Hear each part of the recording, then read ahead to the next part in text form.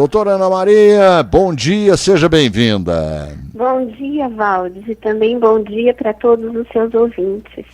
Doutora Ana Maria, é uma questão, né, que eu tenho certeza tem a ver com muitas famílias, né? Essa ouvinte diz que gostaria de algumas orientações sobre a maneira correta de cuidar, de tratar um paciente com a doença de Alzheimer. E diz ela, o correto seria corrigir os equívocos ou concordar com aquilo que a pessoa está falando. E ela passa alguns exemplos que estão acontecendo. Ela disse, minha irmã e eu cuidamos de nossa mãe, que está com 77 anos e entrou numa fase já avançada da doença. Às vezes ela come e diz que não comeu. Ela fica brava por achar que já tomou banho, e na verdade ainda não tomou. Não quer dormir, porque diz que ainda não anoiteceu. São coisas desse tipo que às vezes colocam em divergência opiniões na família sobre o que seria o ideal dizer ou fazer com ela. É essa orientação que elas pedem à médica geriatra, doutora Ana Maria. Você tem razão, Valdes. Isso a gente vê todos os dias no consultório. O que fazer? Então, tem muitas coisas na fala dela que a gente tem que fazer uma orientação prévia. Primeiro, ela fala que a mãe tem 77 anos e já se encontra numa fase avançada da doença de Alzheimer. E aí ela fala como tratar. Então, a primeira coisa que nós temos que entender é que o Alzheimer, ele não tem tratamento.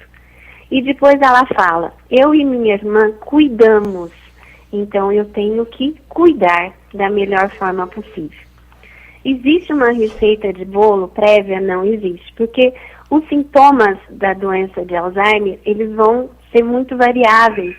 E a ocorrência da doença demora muitos anos entre o início dos sintomas, chegar numa idade avançada e evoluir para o óbito, que geralmente não é por causa da demência do Alzheimer. Vai morrer por uma queda, por uma pneumonia, por alguma coisa que decorre da falha no cuidar. Até de uma desnutrição, porque ele aí passa a ter dificuldade de se alimentar, não é, doutora? Isso. Então, os sintomas principais, Valdes, e os ouvintes também têm que ficar atentos, são a alteração de memória, né? Perde a capacidade de aprender.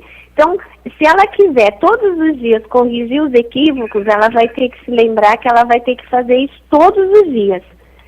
E ela vai ter que fazer isso de acordo com a linguagem dela. Ela não consegue aprender, ela não consegue fixar nenhuma informação e muito menos lembrar o que por acaso ela aprendeu hoje. E fora isso, ela tem alterações de linguagem, que a gente chama de afasia. Então, se ela quer falar assim, eu quero comer, ela fala, eu quero sair. O que ela fala não significa a linguagem do que ela quer expressar.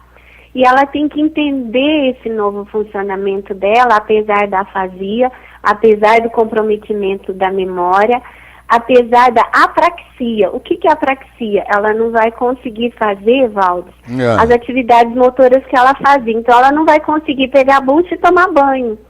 Vai chegar uma hora que ela vai ter que dar o banho, supervisionar a limpeza, fazer com que ela pegue... Ela pode pegar o garfo, mas não consegue achar a boca.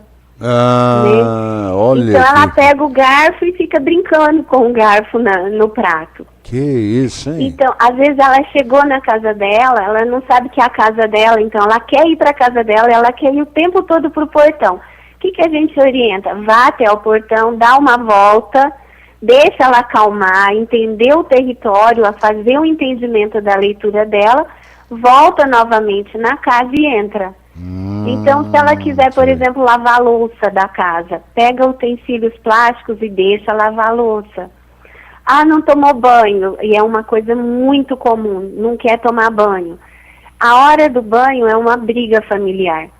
Então, ela tem um medo do banho, assim como qualquer animal, qualquer bicho que tenha que se expor à água, ao frio, é uma situação de risco.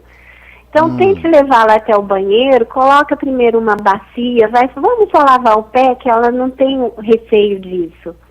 O que não pode é levar até o banheiro e já ir arrancando a roupa, você não pode ficar suja, você não pode ficar fedida, onde é que já se viu? Ela não vai entender isso, né?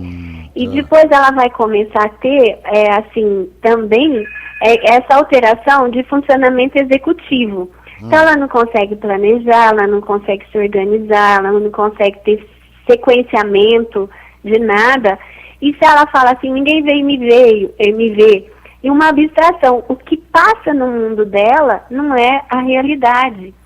E é complicado pra gente ver o pai, a mãe que foi o nosso rumo, o nosso esteio, que falava pra gente tudo que era o certo e o errado, e a gente não saber direito o que fazer. Mas o importante é não ter medo de errar, saber que ela é humana, que ela precisa de ajuda, e que para cada uma dessas situações, ela vai ter o médico dela que vai orientar. Leva escrito. Doutor, ela está fazendo isso agora, porque cada dia vai ter um fato novo, um fato diferente.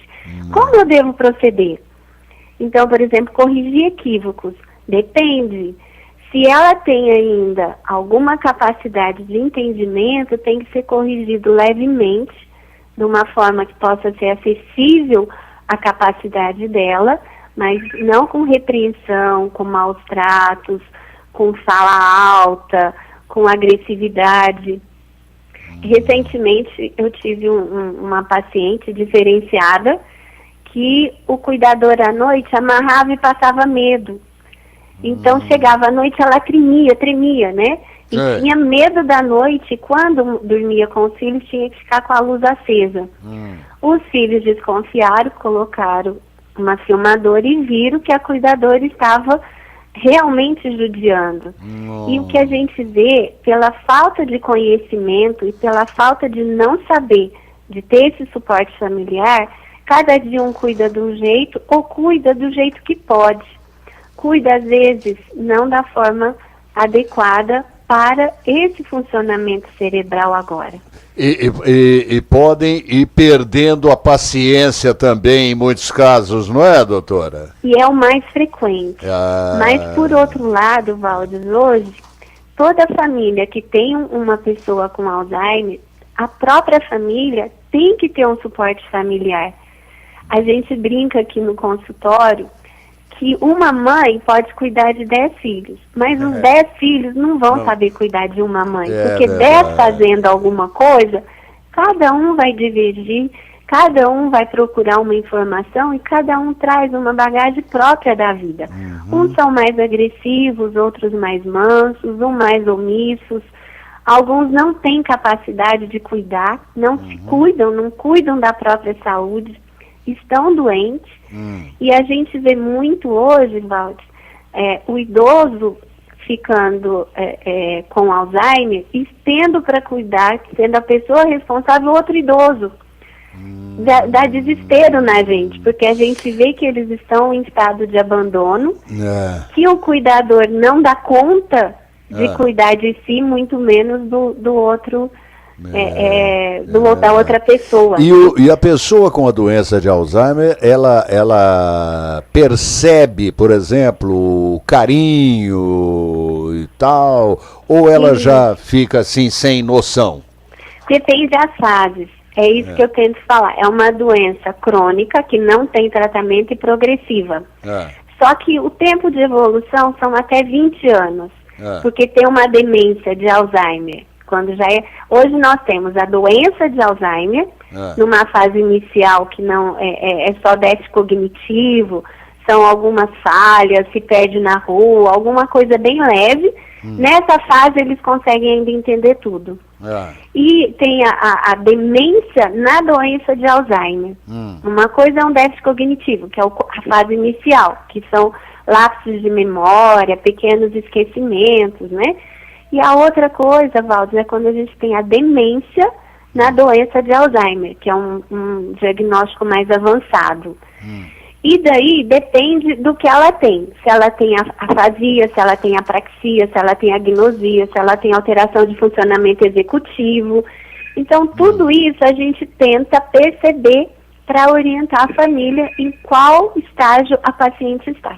Eles querem colocar a pessoa em algum lugar onde ela tem ali o cuidador ou cuidadora o tempo inteiro e não sabem. E foi o que eu inclusive disse para uma pessoa que me perguntou, eu falei, olha, eu não sei porque casas de repouso, asilos e tudo mais não costumam aceitar porque precisa e depende de um cuidador ou cuidadora, não é isso?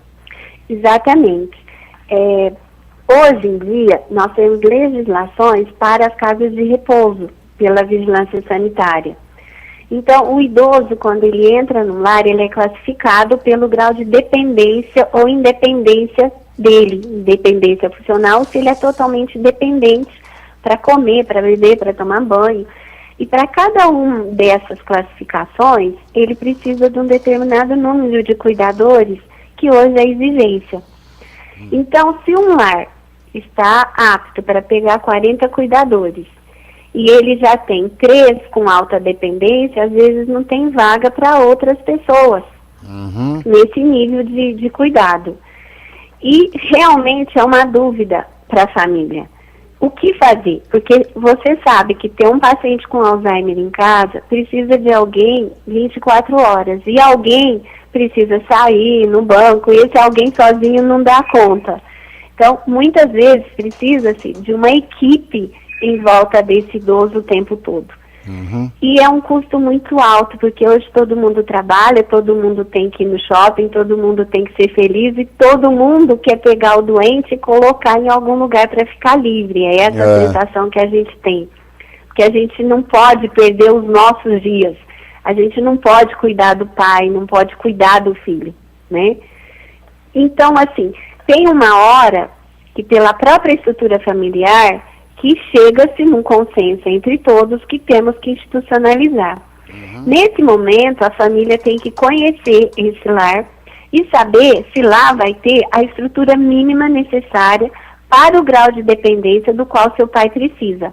Não adianta falar assim, esse lar não pega, ele não pega porque ele não está adequado para ficar cuidando e não tem o número de profissionais ou a área física não está adequada para atender pacientes com alta dependência.